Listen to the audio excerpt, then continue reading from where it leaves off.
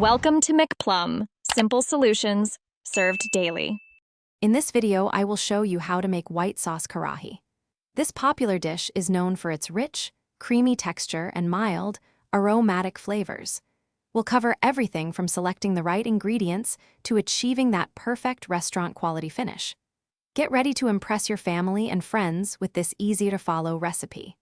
It's a delightful alternative to traditional red karahi, offering a unique culinary experience. First, let's gather our key ingredients. You'll need about 1 kilogram of boneless chicken, cut into small pieces. For the creamy base, have fresh cream and plain yogurt ready. Don't forget your aromatics, ginger garlic paste, and finely chopped green chilies. A blend of white pepper, cumin powder, and a touch of salt will complete our spice profile, ensuring a balanced and flavorful dish. Hey everyone, quick recommendation. If you're finding this video helpful, please hit that like button and subscribe for more delicious recipes. And on another note, cooking can be hot work, so stay hydrated with an Owala water bottle. It's perfect for keeping your drinks cold while you're whipping up culinary masterpieces. You can find the link for the Owala bottle and other fantastic deals in the description below. Now, let's get back to the video. Now, let's start cooking. Begin by heating a 1/4 cup of oil in a karahi or large pan.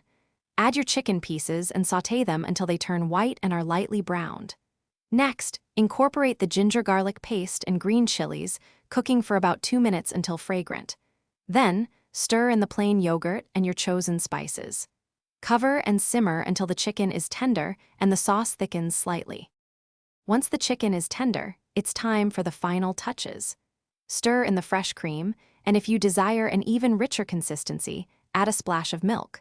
Cook for another 5 minutes on low heat, allowing the flavors to meld beautifully.